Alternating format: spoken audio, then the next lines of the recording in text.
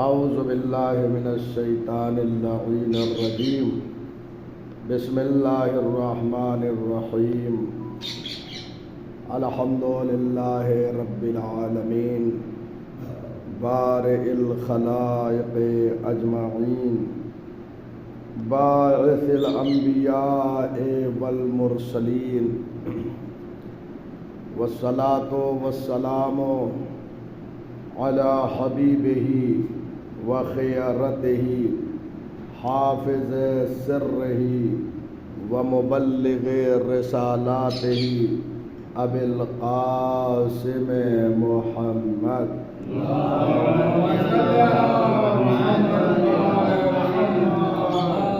وآلہ الأطیبین الأطہرین الأنجبین لا سیما بقیت اللہ فی الارضین روحی وارواح العالمین لتراب مقدمہ الفداء واللعن الدائم علی اعدائهم اجمعین من یومنا هذا الى قیام یوم الدین اما بعد والتامین فی محبت اللہ.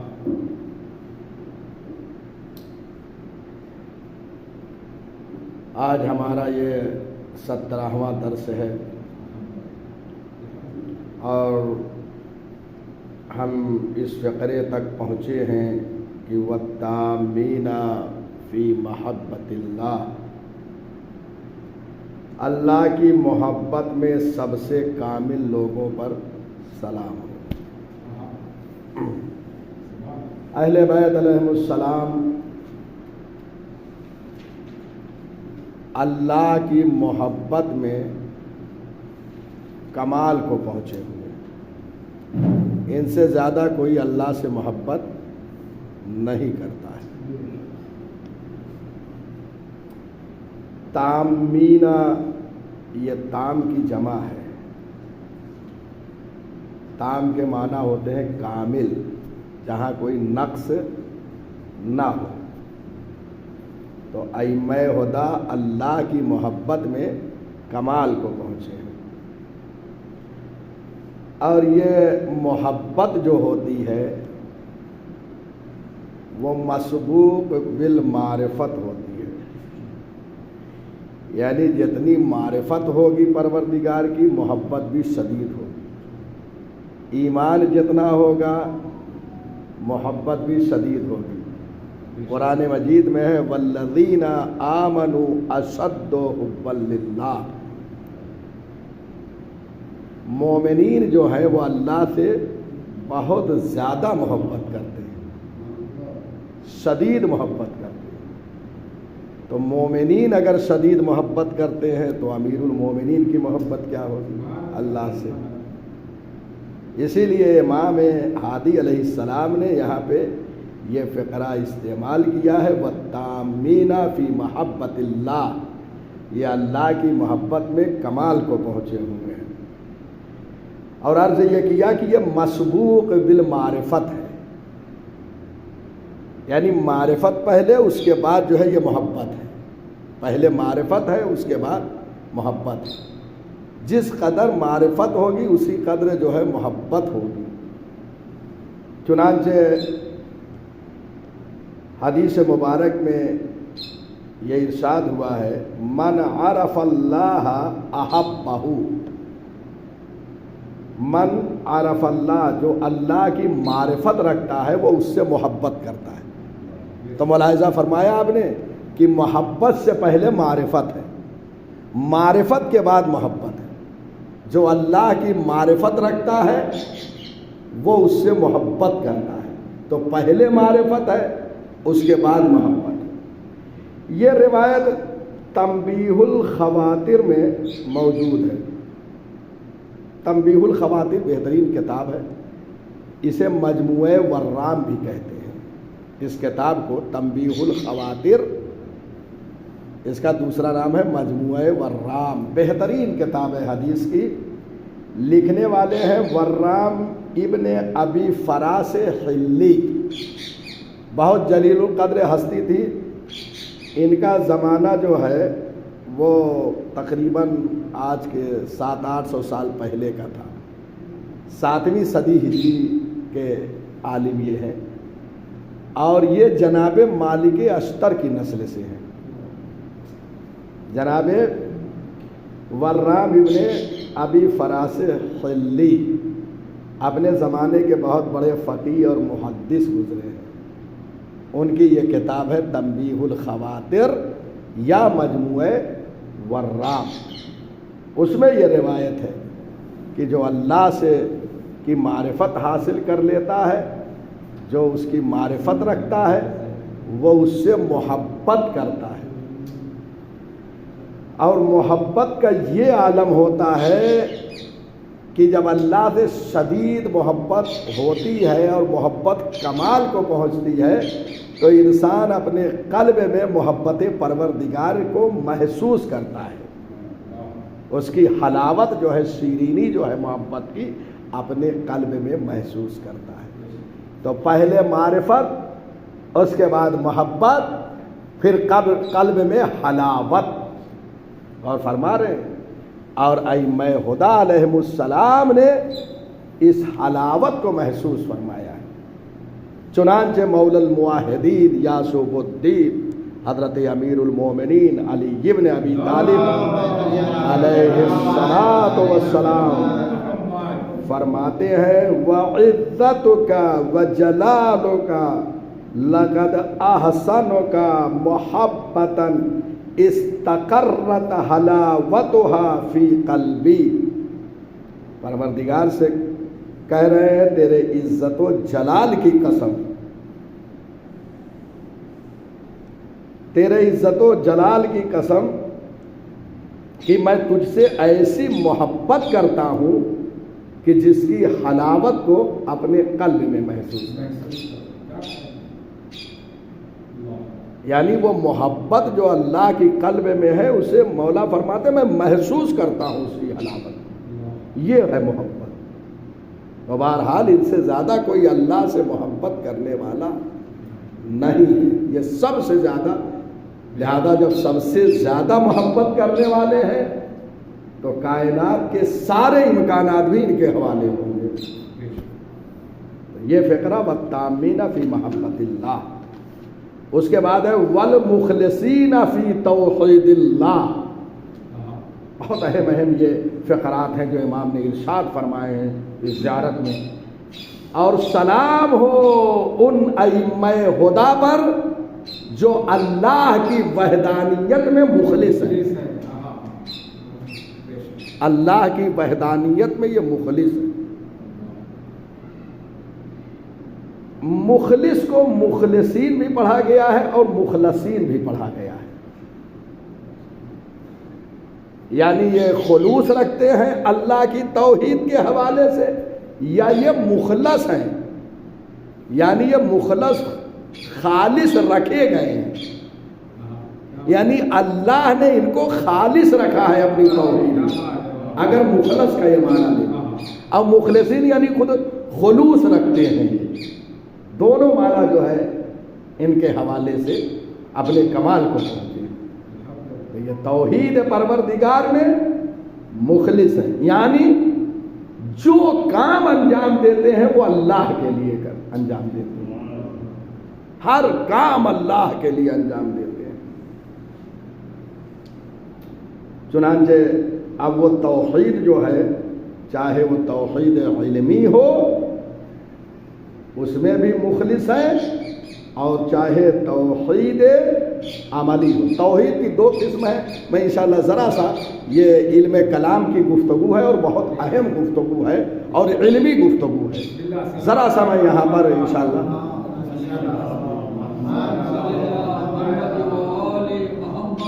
تاکہ بہرحال کچھ تو حق ادا ہو جائے اس فقرے کا. یہ توحید میں مخلص ہے. توحید کی دو قسمیں، توحید علمی اور توحید عملی عبادی. دو قسمیں ہیں توحید علمی.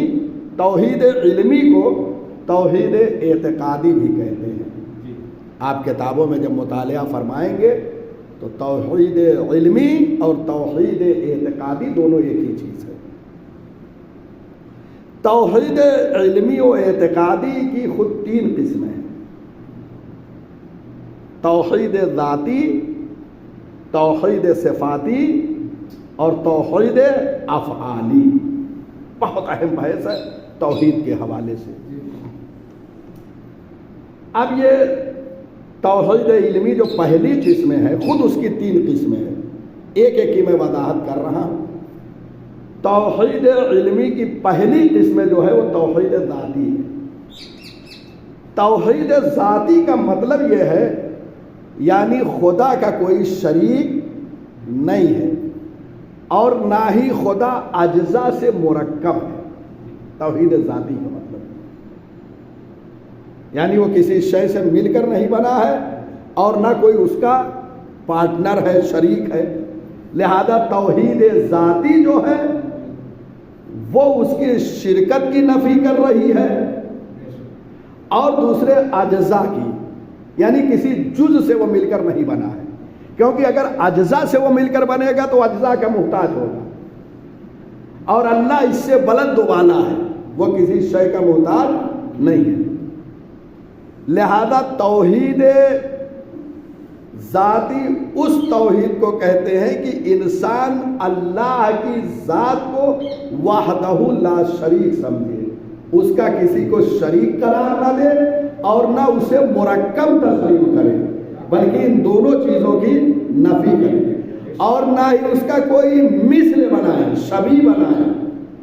لا ند لہ، اس کے مانند کوئی نہیں ہے، اس کا کوئی شریک نہیں ہے، اس کے لیے کوئی جز نہیں ہے، یہ ساری چیزوں کی نفی کریں تو اسے کہتے ہیں توحید ذاتی۔ انشاءاللہ واضح ہو گیا ہوگا۔ توحید ذاتی نہ وہ مرکب ہے کسی جز سے اور نہ ہی جو ہے اس کا کوئی پارٹنر ہے، کوئی اس کا شریک ہے، اور نہ کوئی اس کے مثل ہے۔ یہ ساری چیزوں کی نفی کرنے، اسے کہتے ہیں توحید ذاتی۔ اب آئیے دوسری قسم توحید علمی کی، وہ ہے توحید صفاتی۔ بہت اہم بحث ہے اور حساس بحث ہے یہ۔ توحید صفاتی کہتے ہیں کہ اللہ کے جو صفات ہیں، صفات ثبوتیہ، قدرت، علم، حی اور دیگر جو ہے، یہ صفات کا مطلب یہ ہے کہ یہ اسے زائد بر ذات نہ سمجھیں، یعنی اس کے ذات پر یہ زائد نہیں ہے۔ جیسے ہماری ذات ہے لیکن ہم عالم نہیں تھے پہلے، بعد میں عالم ہوئے ہیں، تو ہم محتاج تھے، یہ صفت بعد میں ہمارے اندر آئی ہے، لیکن خدا کے اوپر یہ صفت جو ہے زائد نہیں ہے اس کی ذات پر، بلکہ عین ذات ہے۔ غور فرما رہے ہیں؟ یعنی جتنی صفات ہیں خدا کی وہ سب عین ذات ہیں، اور خود صفات بھی آپس میں ایک دوسرے کے عین ہیں۔ یعنی جو قادر ہے وہی عالم ہے، جو عالم ہے وہی قادر ہے، جو قادر ہے وہی حی ہے، جو حی ہے وہی قادر ہے۔ یہ سب آپس میں صفات ایک دوسرے کے عین صفت ہے، ایک دوسرے سے جدا نہیں ہے، اور خود یہ ساری صفتیں جو ہے وہ عین ذات ہے، ذات سے جدا نہیں ہے۔ اس کی صفتیں جو ہے وہ زائد نہیں ہے، اس کی ذات پر اضافہ نہیں ہوئی، بلکہ عین ذات ہے۔ لہذا یہ صفات کی جو ہے جو زائد بر ذات ہے اس کی نفی کی گئی ہے۔ نفی کیسے؟ پہلے توحید ذاتی کو بیان کیا، خوب دقت کیجیے، بہت حساس مسئلہ ہے۔ پہلے توحید ذاتی کو کیوں بیان کیا؟ اس لیے کہ اس کے لیے کوئی جز نہیں ہے، اگر جز ہوگا تو وہ اضافہ ہوگا، لہذا اس کی پہلے ہی نفی کر دی۔ جب نفی کر دی تو اس کا مطلب یہ ہے کہ کوئی صفت اس کے اوپر زائد بر ذات نہیں ہے، بلکہ جو صفت ہے وہ عین ذات ہے۔ یہ توحید صفاتی ہے۔ بہت حساس یہ سب مسائل ہیں علم کلام کے، جو بہت کم یہ جو ہے اجتماع میں پیش کیے جاتے ہیں، لہٰذا یہ ذرا سا میں نے چاہا۔ تیسری قسم وہ ہے توحید افعالی۔ پہلی قسم کی خود 3 قسمیں ہیں، تیسری قسم ہے توحید افعالی۔ توحید افعالی کا مطلب یہ ہے کہ کائنات میں جتنی چیزیں آپ دیکھ رہے ہیں یہ سب خدا کی طرف سے ہے، یعنی خدا نے یہ سب زمین اور آسمان اور ساری چیزیں یہ اس نے پیدا کی۔ جو کام کرتا ہے، افعال جمع ہے فعل کی، فعل یعنی جو کام ہے کائنات میں آپ دیکھ رہے ہیں یہ سب خدا کا کام ہے، سب اس نے انجام دیے، غیر از خدا کوئی انجام دینے والا نہیں ہے، بہت حساس۔ لیکن اس کے عرض میں، یعنی ایک طرف ایک خدا انجام دے رہا، دوسرا کوئی اور ہے وہ انجام دے رہا، اس کی نفی کریں۔ شرکت میں کوئی انجام نہیں دے رہا، ہاں طول میں انجام دینے والے ہیں لیکن عرض میں نہیں۔ عرض جو ہوتے ہیں مقابل میں، طول کہتے ہیں کہ یعنی ایک انسان اگر کوئی سے کوئی کام لے تو کہتے ہیں اسے طول۔ غور فرما رہے ہیں؟ جیسے مثلا ایک ادارے میں ہوتا ہے، ایک ادارے میں ایک ذمہ دار ہوتا ہے، وہ کام کو تقسیم کر دیتا ہے، تو جو اس کے بعد کے درجے کے افراد کام کرتے ہیں وہ کس کا کام کرتے ہیں؟ اسی کا جو اس نے، اسے کہتے ہیں طول۔ لیکن جس نے آرڈر کیا اگر کوئی اس کے مقابل میں آ کے ایک آرڈر کرے تو اسے عرض کہتے ہیں۔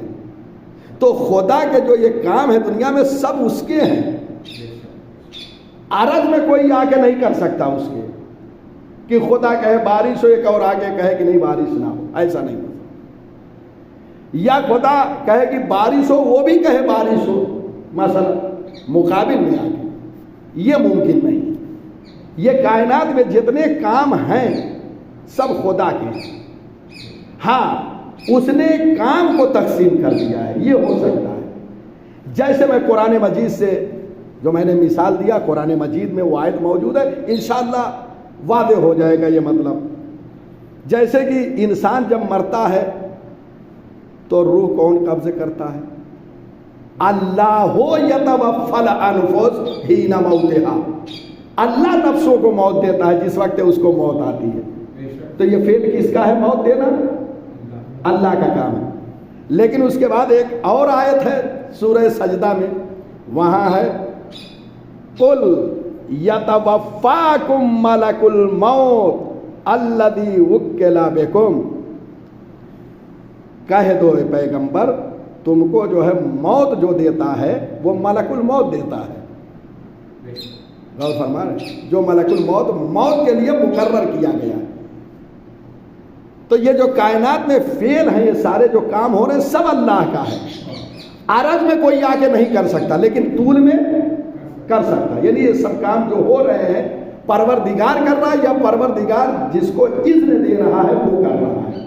تو یہ ملک الموت بھی جو روح قبض کر رہے ہیں یہ کام کس کا ہے؟ یہ بھی اللہ کی طرف بات گشت ہے۔ چنانچہ جتنے کام یہ کائنات میں ہو رہے ہیں، میں نے اس سے پہلے عرض کیا ملائکہ ساری چیزوں کو لے کر آتے ہیں اور ائمہ کے حکم سے ملائکہ ساری چیزوں کو انجام دیتے ہیں۔ تو جو یہ کام ملائکہ انجام دیتے ہیں یا ائمہ حکم دیتے ہیں ان کو، یہ سارے کے سارے کام کی نسبت کس کی طرف ہے؟ اللہ کی طرف ہے۔ یہ ہے توحید افعالی، یعنی کائنات میں جو کام ہو رہے ہیں، جو انجام پا چکا ہے یا ہونے والا ہے جو کام، وہ سب پھر اللہ کا ہے۔ اب اللہ جو ہے وہ کچھ کو اجازت دیتا ہے، وہ کام کرتے ہیں، یہ سب کی بات کر۔ غیر خدا کوئی کام نہیں کرتا کائنات، اس کے مقابل میں جو ہے وہ طول میں، عرض میں نہیں۔ انشاءاللہ مطلب واضح ہو گیا۔ یہ پہلی قسم ہے۔ توحید کی دو قسمیں، علمی کی 3 قسمیں الحمدللہ تمام ہو گئی۔ دوسری قسم جو ہے توحید کی وہ ہے توحید عملی، علمی کے مقابل میں عملی، اس کو توحید عبادی کہتے ہیں۔ یعنی جو بھی عبادت کریں آپ وہ اللہ کے لیے کریں، غیر اللہ کے لیے عبادت جائز نہیں ہے۔ ہر کام اللہ کے لیے کرے، جو بھی عبادت، اس لیے عبادی کہا جاتا ہے، توحید عبادی، یعنی جو بھی عبادت کرے انسان وہ سب اللہ کے لیے، بلکہ اس سے بڑھ کر انسان جو بھی عبادت کرے نہ یہ کہ اللہ کے سے ہٹ کر کسی اور کے لیے کرے، بلکہ صرف اور صرف ذات احدیت کے لیے عبادت کرے، اور اس کے بعد جو ہے اجر و ثواب بھی نظر میں نہ رکھے، یعنی ثواب کے لیے نہ کرے. بالکل یہ انتہائی درجہ ہوتا ہے جہاں انسان کیا کرتا ہے، غیر اللہ کے لیے عبادت نہیں کیا اس نے، ہو گیا موحد ہے وہ اللہ کو مانتا ہے، موحد ہے، لیکن اخلاص بھی ہے، لیکن ابھی اجر ثواب کے لیے کر رہا ہے. لیکن ایک مقام ایسا آتا ہے انسان اللہ کے لیے عمل انجام دیتا ہے اور اجر و ثواب کا بھی خواہاں نہیں ہوتا ہے، بلکہ وہ خوشنودی پروردگار کے لیے وہ عمل انجام دیتا ہے.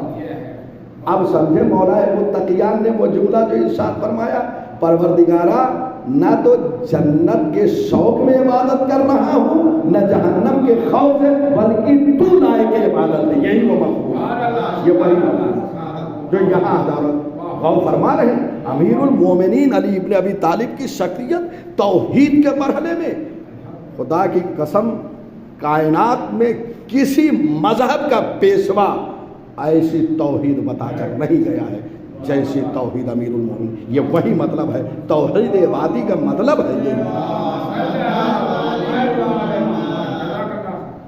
اچھا، اس کے لیے قرآن مجید میں آیت موجود ہے. تو دو قسمیں ہو گئی. پہلی قسم جو علمی ہے اس میں 3 قسمیں تھیں. اس کے لیے اگر آپ نہج البلاغہ کو مطالعہ فرمائیں، پہلا خطبہ ہے خطبہ توحید. اس میں یہ فقرہ دیکھیے مولا نے فرمایا ہے، توحید علمی کے حوالے سے اس میں گفتگو ہے، یعنی توحید ذاتی، توحید صفاتی، یہ سارے حوالے سے. اول الدین معرفتو، دین کا پہلا زینہ کیا ہے؟ اس کی معرفت ہے. وکمال معرفتہ التصدیق بہ، اور کمال معرفت اس کے وجود کا اعتراف کرنا ہے، تصدیق کرنا ہے اس کے وجود کا. وکمال التصدیق بہ توحید، اور کمال تصدیق یہ ہے کہ اس کو وحدہ لا شریک تسلیم کرو. اس کے وجود کی جب تصدیق کر دیا تو کمال تصدیق کیا ہے؟ اس کو ایک مانو. وکمال توحید ہی الاخلاص اللہ، اللہ اکبر. اور کمال توحید یہ ہے کہ الاخلاص اللہ، اس کے لیے مخلص رہے. یہی وہ منزل ہے. کیا ہے یہاں پہ جو امام نے والمخلصین فی توحید اللہ، اللہ کی توحید میں مخلص ہے. یہی وہ فقرات ہیں جو امیر المومنین نے بیان فرمائے ہیں. الاخلاص اللہ، کمال و توحید ہی. کمال توحید کیا ہے؟ انسان اس کی توحید میں مخلص رہے. اب سمجھ میں آیا یہ فقرہ والمخلصین فی توحید اللہ؟ بہت حساس بحث ہے، علمی بحث ہے یہ جو میں گزر رہا ہوں. عام طور پہ یہ گفتگو ہوتی بھی نہیں. وکمال الاخلاص لا نفی الصفات عنہ، اور کمال اخلاص یہ ہے کہ اللہ سے صفات کی نفی کرے. صفات کی نفی کیا؟ وہی جو میں نے عرض کیا، اللہ کی کسی صفت کو زائد بر ذات نہ محسوس کرے،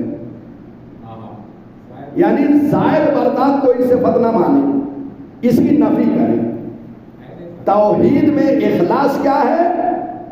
کہ آپ محسوس کریں کس چیز کو؟ کہ اس کے لیے کوئی صفت جو ہے اس کی ذات پہ زائد نہیں ہے کہ بعد میں آئی ہو، زائد نہیں جو بعد میں آئی ہو، ایسا نہیں، بلکہ اس کی صفت کیا ہے؟ عین ذات. یہ فقرہ جو امام نے یہاں پہ بیان فرمایا، نہج علم کلام کے ذریعے سے انسان سمجھے، پہلے ان مباحث پہ مسلط ہو جائے، اس کے بعد امیر المومنین کے مکتوبات، خطبات اور یہ ساری چیزوں کا مطالعہ فرمائے تو واقعی انسان کمال کو پہنچے گا. دیکھ رہے ہیں یہاں پہ مولا نے جو ہے توحید علمی کو، یعنی خدا کی صفت عین ذات ہے، زائد بر ذات نہیں، اس کو بیان فرمایا. اور اس کے بعد توحید ذاتی یہ ہے کو بیان کیا کہ اللہ کو جو ہے ایک مانو. ایک مانو یعنی شریک قرار نہ دو. یہ ساری چیزیں آئی یا نہیں آئی توحید علمی کی؟ یہ مثال ان فقرات کے ذریعے سے توحید علمی کے اقسام کی طرف ہے. اب آئیے توحید عملی جو عبادی ہے، غیر اللہ جو ہے وہ قابل پرستش نہیں ہے، اللہ کے علاوہ کسی اور کی عبادت جائز نہیں ہے. اس کے لیے قرآن میں صاف کلمات کے ذریعے سے یہ ارشاد فرمایا وَقَضَىٰ رَبُّكَ أَلَّا تَعْبُدُوا إِلَّا إِيَّاهُ، اللہ کا یہ فیصلہ ہے کہ تم سوائے اس کے کسی اور کی عبادت نہ کرو۔ اور یہ اللہ جو آیا ہے عبادت کو ایاہو اس کے یعنی محصور کر دیا ہے، یہ اللہ بہت اہم کام کر رہا ہے یہاں پہ، یعنی عبادت اللہ ایاہ صرف اس کی ہے اور کسی اور کی نہیں، صرف جو کرتے ہیں یہیں سے وہ معنی نکلتا ہے، یہ اللہ جو وہ ایاک نعبدو جو وہاں مقدم کیا ہے اصل میں وہ مفعول ہے، نعبدو کا اگر کہیں، دیکھیے یہی فلسفہ ہے ہمارے، کیا بتائیے ابھی علم کلام کے سب حساس موارد اور ادبیات کی یہ بہت اہم بحثیں ہیں، وہاں پہ جو ہے ایاک نعبدو ہم تیری عبادت کرتے ہیں، یعنی صرف، یہ صرف کا معنی کہاں سے آیا؟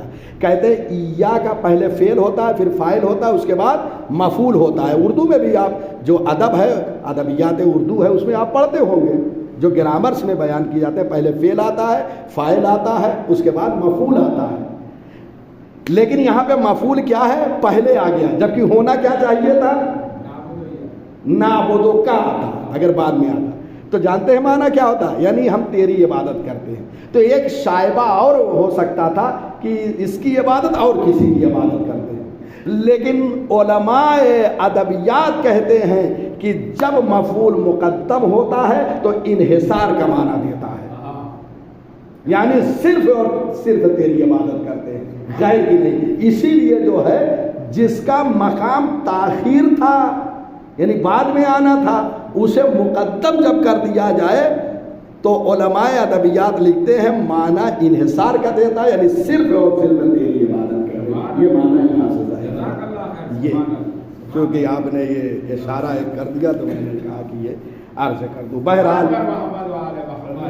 اللہم صلی علی محمد وآل محمد، اہل بیت علیہم السلام یہ توحید کی جتنی قسمیں بیان کی گئی ہیں، والمخلصین فی توحید اللہ، اللہ کی توحید میں یہ مخلص ہے، چاہے وہ توحید علمی ہو اور چاہے توحید عبادی۔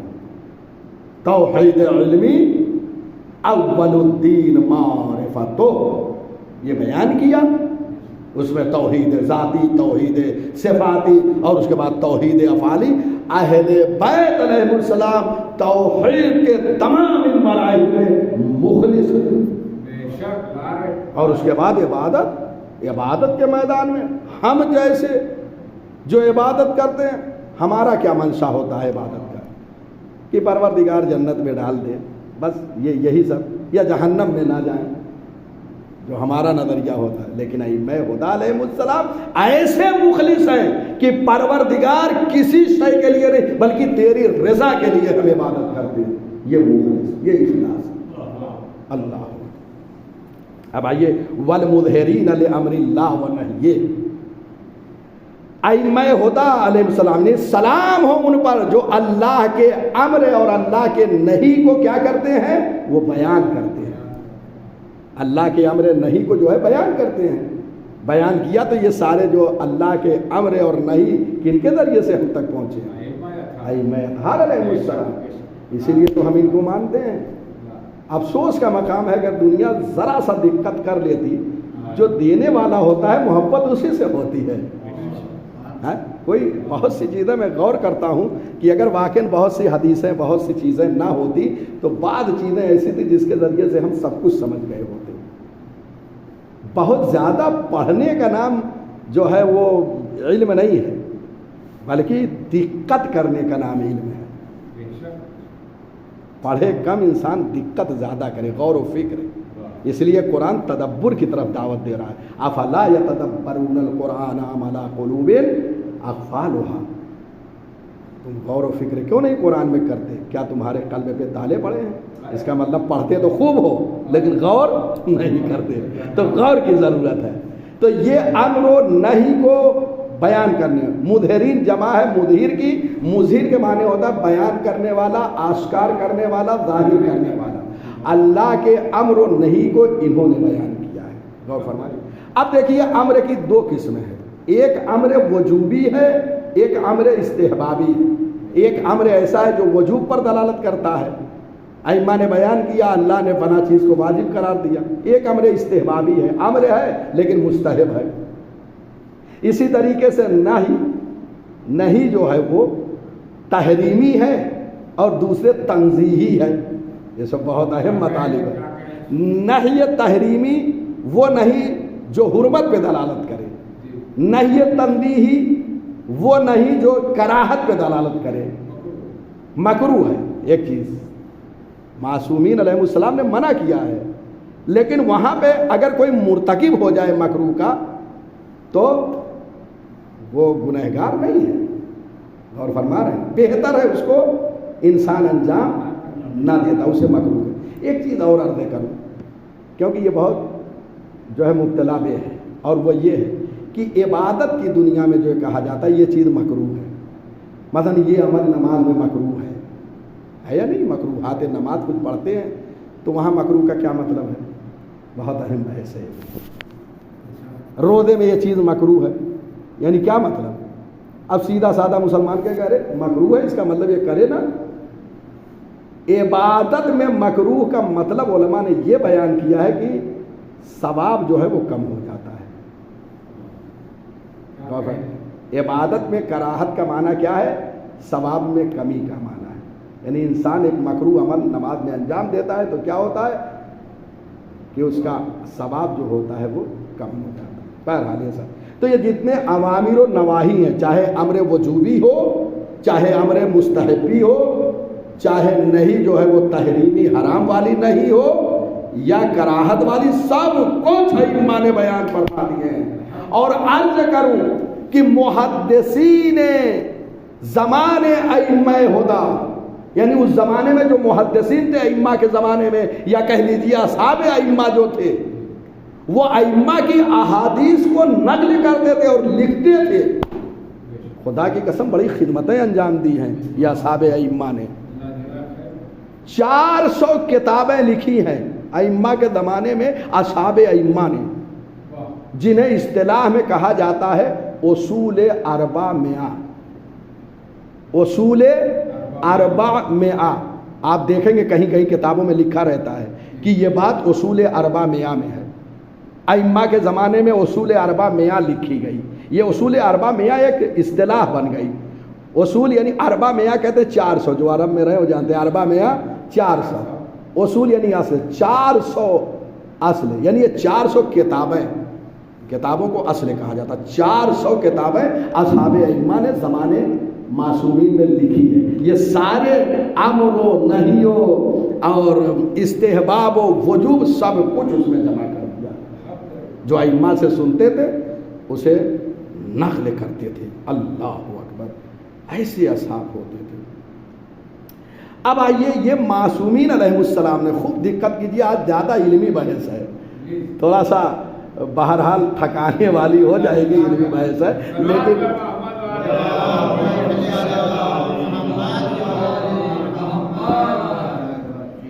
یہ دیکھیے معصومین علیہ السلام نے جو امر یا نہیں یہ سب بیان فرمائے ہیں، 3 طریقے سے بیان ہوئے ہیں۔ یہ علم حدیث کی کتابوں میں آپ کو یہ چیزیں ملیں گی۔ ایک دفعہ خود معصومین علیہ السلام نے اپنے کلمات مبارک کے ذریعے سے بیان فرمائے، کہیں پہ تقریر کیا،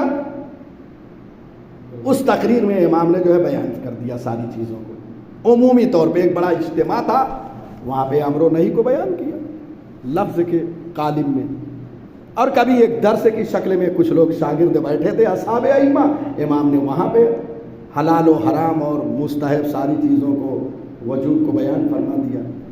اور کبھی مکاتبہ، یعنی ایک شہر کا رہنے والا، مثلا امام مدینے میں ہے اور ایک کوفے کا رہنے والا امام کے پاس خط لکھتا ہے کہ یہ مسئلہ درپیش ہے، تو امام اس کا جواب لکھتے تھے، یہ مکاتبہ ہوتا تھا، تو اس کے ذریعے سے امر و نہی کو بیان کیا جاتا تھا۔ یا امام کے سامنے بیٹھ کر سوال و جواب لوگ کرتے تھے، یہ صورت ہوتی تھی جو ائمہ خدا علیہ السلام احکام الہی کو بیان کرتے تھے، تو یہ سب الفاظ کے قالب میں ہوتے تھے، تو اسے کہتے ہیں قول معصوم۔ قول معصوم جو وجوب پہ دلالت کرتا ہے یا استحباب پہ دلالت کرتا ہے یا نہیں کے موضوع پہ ہے، نہیں تحریمی ہے یا تنزیہی ہے، کراہت ہے، سب کو ائمہ الفاظ کے قابل میں بیان کرتے تھے۔ ان کو کہا جاتا ہے قول معصوم۔ قول معصوم کے ذریعے سے یہ احکام الہی ہے۔ ایک ہے فعل معصوم، یعنی خود معصوم کچھ بولتے نہیں تھے لیکن عمل ایسا انجام دیتے تھے کہ جس سے لوگ سمجھتے تھے یہ کام مستحب ہے جو امام فرما رہے ہیں، یعنی یہ عمل جو امام انجام دے رہے ہیں یہ مستحب ہے، یا ایک چیز سے امام رک رہے ہیں تو لوگ سمجھ جاتے تھے یہ کراہت پہ دلالت کر رہا ہے، اسے کہتے ہیں فعل معصوم۔ وہ ہوا قول معصوم جس کے ذریعے سے احکام الہی بیان ہوئے، اور دوسرے فعل کردار کیریکٹر کے ذریعے سے پتہ چلتا تھا، اسے فعل معصوم کہتے ہیں۔ اور ایک ہے تقریر معصوم،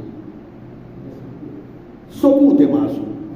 ایک شخص امام کے سامنے کوئی کام انجام دے رہا ہے اور امام خاموش ہے، اگر وہ چیز جائز نہ ہوتی تو امام فوراً ٹوک دیتے، لہذا ایک نے امام کے سامنے ایک عمل انجام دیا، امام نے سکوت اختیار کر لیا، گویا سگنیچر امام نے کر دیا کہ یہ عمل جو ہے استحباب پہ مثلا دلالت کر رہا ہے۔ ہاں البتہ ایک شرط یہاں پہ عرض کروں، امام ایسی حالت میں نہ ہو، مثلا کوئی ایسے دربار میں کچھ ایسے ماحول ہے کہ وہاں پر اگر امام خاموش ہیں، کسی مصلحت کی بنیاد پر ظالم کا دربار ہے تو وہاں پہ آپ نے کہا امام تو وہاں خاموش رہے، غور فرما رہے ہیں۔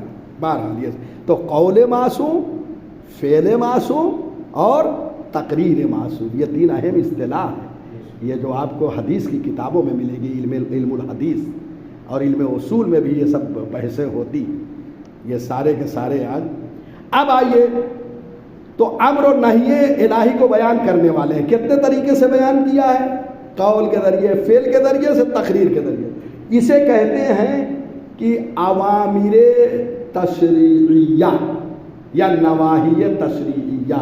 عالم شرع میں یعنی شرع کی دنیا میں امام نے امر و نہی ان کے ذریعے بیان کیے، قول کے ذریعے، فعل کے ذریعے اور تقریر۔ تشریع کے مقابل میں ایک ہے تکوین۔ عالم تشریع یعنی شریعت کی دنیا میں امام نے امر کیا کہ یہ واجب، یہ حرام، یہ مستحب، یہ جو ہے کیا نام ہے واجب، مستحب، حرام، مکروہ، یہ بیان کیا شریعت کے دائرے میں، ان چیزوں کے ذریعے، قول، فعل اور تقریر کے ذریعے۔ اور امام کا امر خود عالم تکوین میں بھی چلتا ہے، وہاں بھی امر کو اپنے بیان کیا ہے اور ظاہر کیا ہے۔ مثلا وہ امر کیا؟ فرشتوں کو حکم دیا کہ جاؤ رزق تقسیم کرو، فرشتوں سے کہا، مثلا ملک الموت سے کہا جاؤ تم روح قبضے کرو، کسی سے کہا جاؤ تو رزق کو تقسیم کرو، غور فرما رہے ہیں؟ تو جیسے عالم تشریع میں امر کو بیان کرتے ہیں، ایسے ہی عالم تکوین میں بھی ان کا امر چلتا ہے، اور فرمایا بہت اہم چیز ہے، لہذا اس نقطے کی طرف میں اشارہ کر رہا ہوں، آخری مطلب بیان کر رہا ہوں میں۔ تو یہ مظہرین لامر اللہ والنہی، اس کے امر کو اظہار کرنے، بیان کرنے والے۔ آخر میں اسی پہ تمام بحث ہو رہی، اس کے بعد ایک نیا سلام ہے۔ میں چاہ رہا ہوں کہ جو بھی وقت 10 منٹ 5 منٹ ہے، اور یہ بہت اب اہم ہے۔ اب ذرا سا آپ سخت مباحث سے نکل چکے ہیں، علمی اور دقیق، اب ذرا ولایت کی طرف آتے ہیں۔ یہ بھی علمی ہے لیکن چونکہ ولایت کو انسان اتنا سمجھ چکا ہے کہ وہ موضوع بہت آسان لگنے لگا ہے، الحمدللہ۔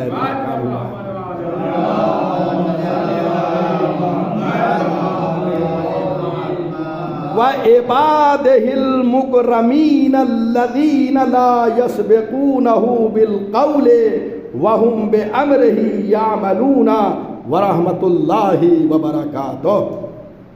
اور سلام ہو اللہ کے وہ بلند مرتبہ بندوں پر۔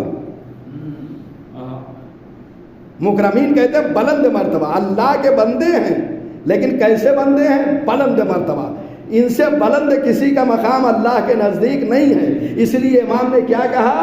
وَعِبَادِهِ الْمُكْرَمِينَ، اللہ کے بلند مرتبہ بندوں پر سلام ہو، الَّذِينَ لَا يَسْبِقُونَ بِالْقَوْلِ، کہ جو گفتگو کرنے میں اللہ پر سبقت نہیں لے جاتے ہیں، اللہ کے کلام کرنے میں، یعنی اللہ بولتا ہے تو یہ بھی وہی بولتے ہیں، یہ نہیں بولتے اس کے قول کے آگے، یہ پہل نہیں کرتے، جب اللہ کا کلام آتا تو یہ پہل نہیں کرتے، اللہ بولتا ہے اور وہی یہ عمل انجام دیتے ہیں۔ وَهُمْ بِأَمْرِهِ يَعْمَلُونَ، اور یہ جو ہیں اس کے امر کو انجام دیتے ہیں۔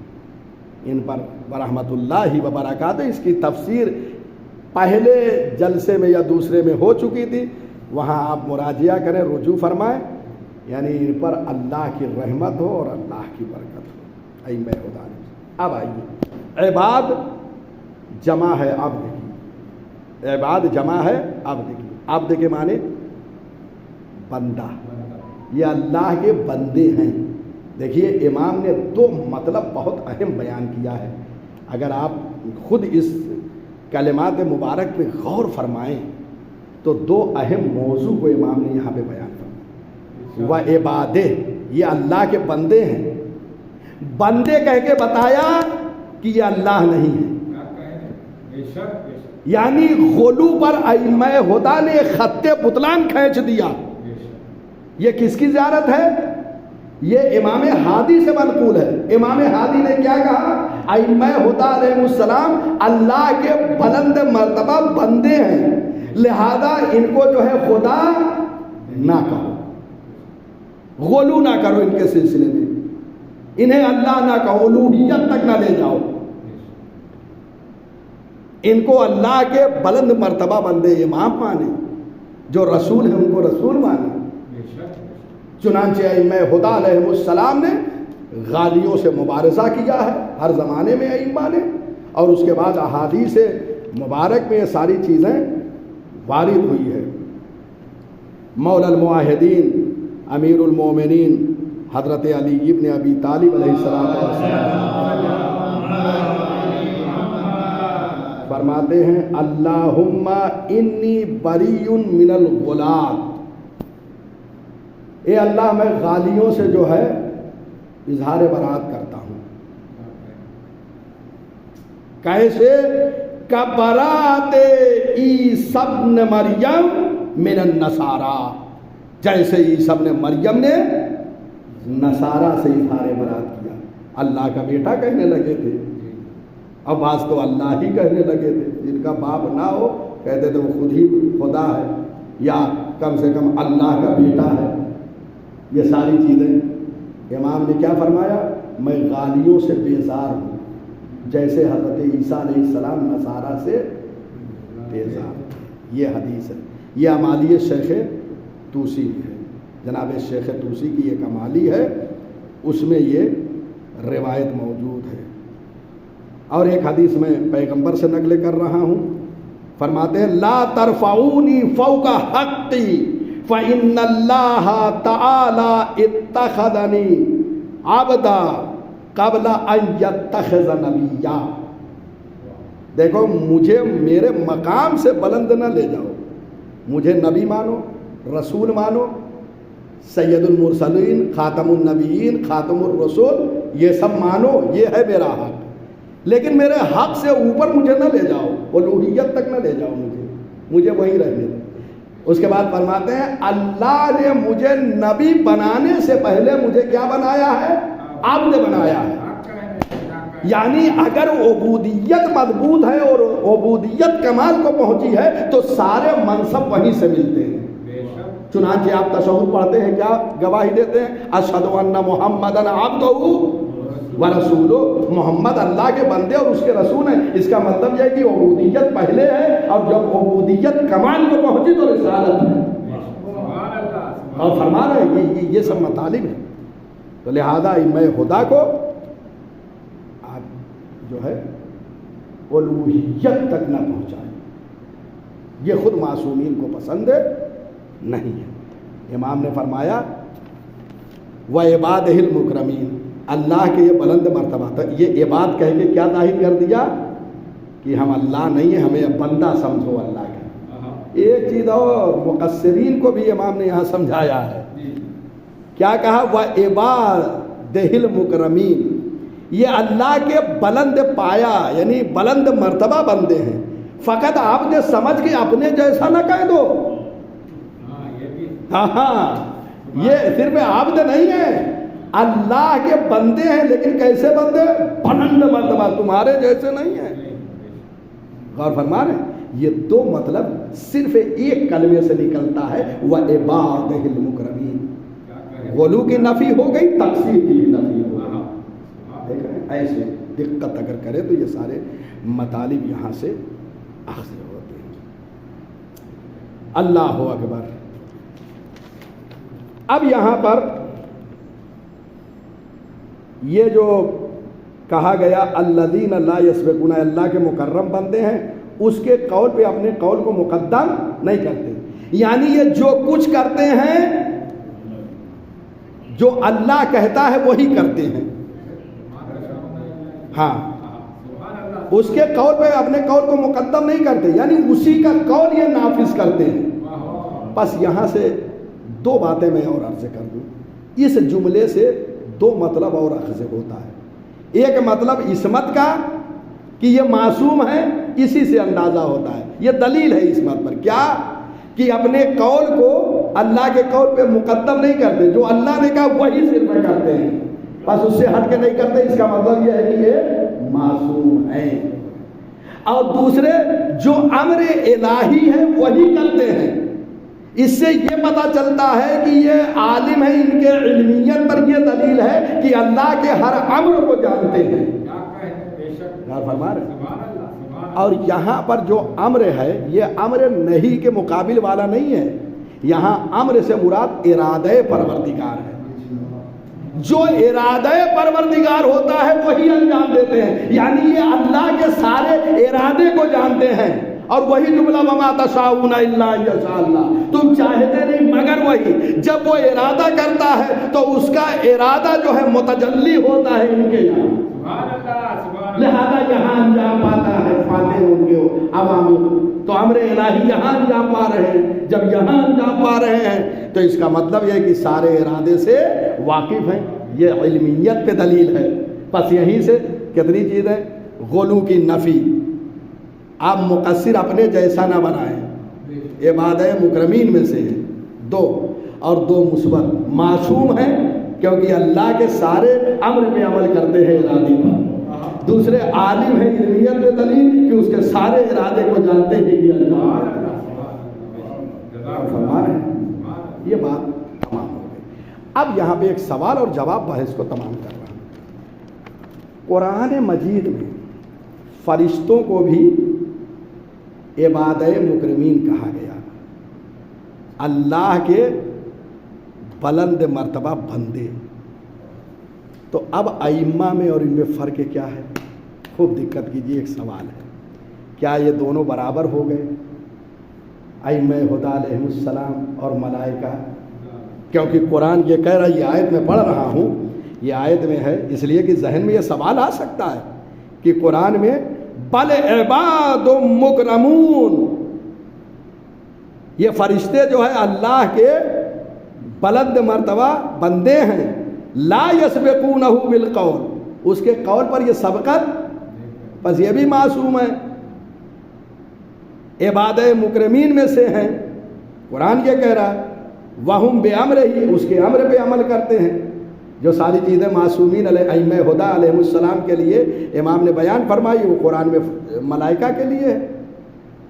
تو کیا ملائکہ اور ائمہ دونوں برابر ہو گئے؟ اب یہاں ایک اہم مسئلہ، یہ سوال ہو سکتا ہے، کہیں نہیں، دونوں برابر، ائمہ جو ہیں افضل ہیں ملائکہ سے۔ دلیل یہ ہے کہ یہ معصوم ہیں ملائکہ، لیکن عصمت اجباری ہے، اختیاری نہیں ہے، اور ائمہ خدا کی جو ہے عصمت اختیاری ہے۔ اللہ نے ان کے اندر ساری صلاحیتیں رکھی ہیں، لہذا یہ عصمت کی طرف جو آئے ہیں وہ اختیار سے آئے ہیں۔ لیکن ملائکہ میں اللہ نے کوئی ایسی چیز رکھی نہیں جس سے وہ منحرف ہو سکے۔ بھئی ایک نابینا ہے، اگر وہ کہے یہ کہ میں کسی نامحرم کو نہیں دیکھتا، بس مثال یہ دے رہا ہوں، اگر نابینا یہ کہے کہ میں کسی نامحرم کو نہیں دیکھتا، قابل تعریف ہے، ارے بھائی آنکھ ہی نہیں ہے تو دیکھیں گے کیا۔ لیکن اگر کوئی یہ ایک انسان ہو جس کے آنکھ ہو اور وہ کہے کہ واقعی میں نامحرم کو نہیں دیکھتا، قابل تعریف ہے یا نہیں تعریف ہے؟ افضل کون ہوا؟ آنکھوں والا. کیوں؟ ہوتے ہوئے بھی انجام نہیں. بھائی یہ بھی فرق ہے. ملائکہ ان کے اندر کوئی ایسی چیز نہیں ہے کہ جو گناہ کی طرف جا سکے، لہذا ان کی عصمت اجباری ہے.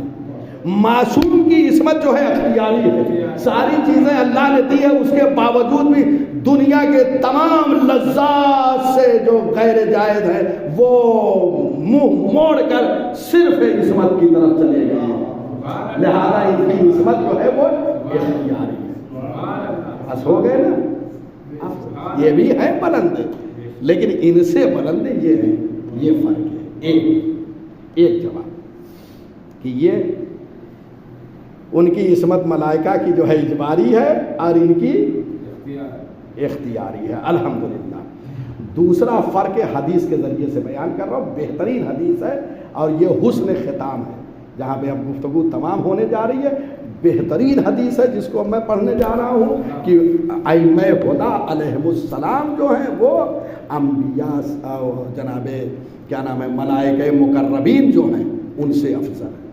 حتیٰ کہ انبیاء نے چونکہ محض نہیں وإلا میں یہ بھی ثابت کرتا. خدا کی قسم یہ تو پاکستان میں جو چھوٹے چھوٹے ملا بھونک رہے ہیں کہ یہ لوگ ائمہ ہدی کو انبیاء پہ فضیلت دے رہے ہیں. تم ائمہ کی بات کر رہے ہو.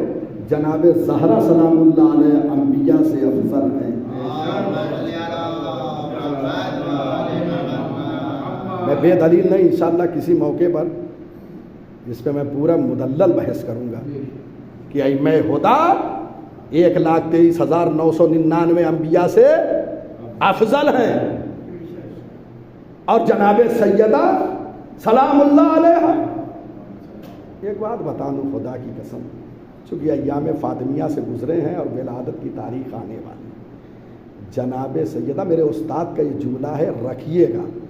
دنیا میں کسی مقصر مولوی کی بھیٹ نہ چڑھ جائیے گا، محفوظ رکھیں.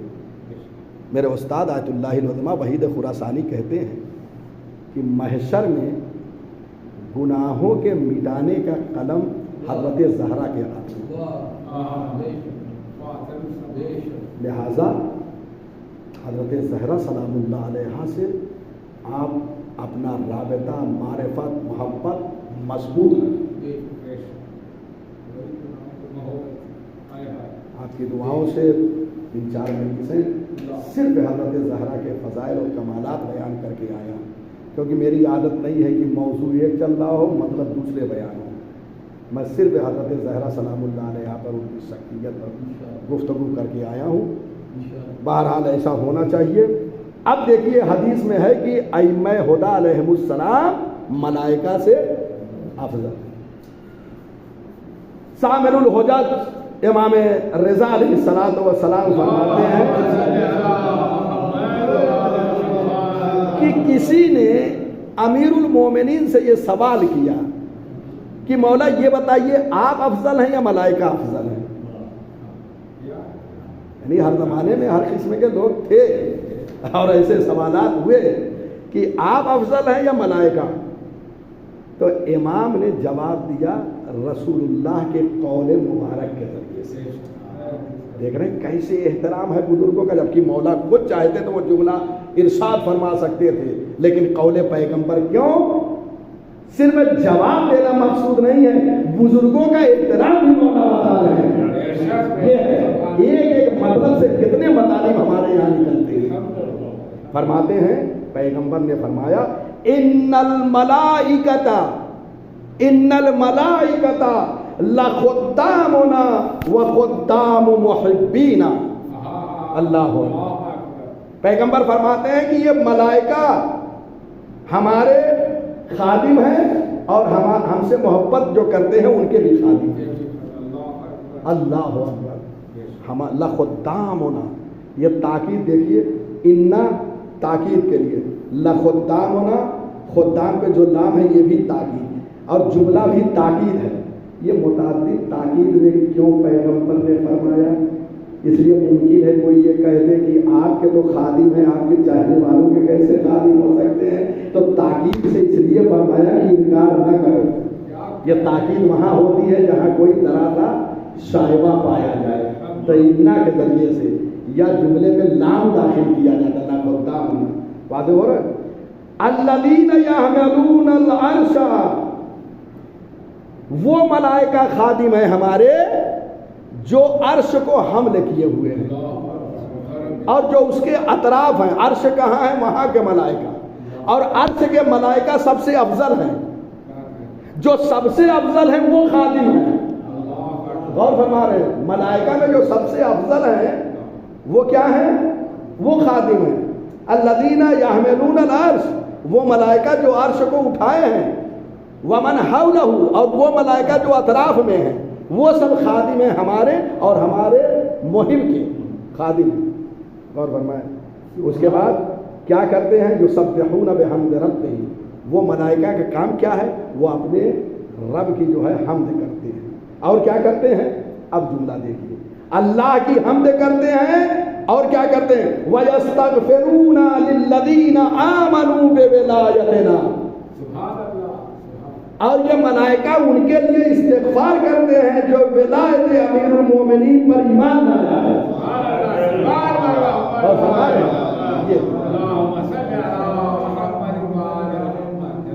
یہ ان کے لیے، یعنی جو مولائی ہیں جنہوں نے ولایت علی کو قبول کیا، ان کے لیے عرش پر، پہلے آسمان پہ نہیں، آخری پر، جب آخری پہ ہو رہا ہے تو بدرجہ اولا ہر جگہ۔ غور فرما رہے ہیں، تو وہاں ہمارے لیے وہ استغفار کر رہے ہیں۔ اس کے بعد فرماتے ہیں لولا نحن ما خلق اللہ آدم ولا حوا ولا الجنہ ولا النار ولا السماء ولا الارض۔ معصوم فرماتے ہیں اگر ہم نہ ہوتے تو نہ اللہ آدم کو پیدا کرتا، نہ حوا کو پیدا کرتا، نہ جنت کو پیدا کرتا، نہ جہنم کو پیدا کرتا، نہ زمین کو پیدا کرتا، نہ آسمان کو۔ اگر ہم نہ ہوتے تو اللہ کچھ نہ پیدا کرتا۔ فَكَيْفَ لَا نَكُونُ أَفْضَلَ مِنَ الْمَلَائِكَةِ، پر جب یہ ساری چیزیں ہیں تو ہم ملائکہ سے افضل کیوں نہیں ہوں گے؟ یعنی ہم ملائکہ سے افضل ہیں۔ اور اس کے بعد فرمایا فَسَبَّحَتِ الْمَلَائِكَةُ بِتَسْبِيحِنَا، ملائکہ نے جو تسبیح سیکھی ہے وہ ہم سے سیکھی ہے۔ سَبَّحَتِ الْمَلَائِكَةُ، ملائکہ نے تسبیح سیکھی ہے بِتَسْبِيحِنَا، ہماری تسبیح۔ وَحَلَّلَنَا لِنُعْلَمَ مَلَائِكَةَ لَا إِلَٰهَ إِلَّا اللَّهُ، اور ہماری تحلیل سے لا الہ الا اللہ کہنے سے ملائکہ نے لا الہ الا اللہ کہنا سیکھا۔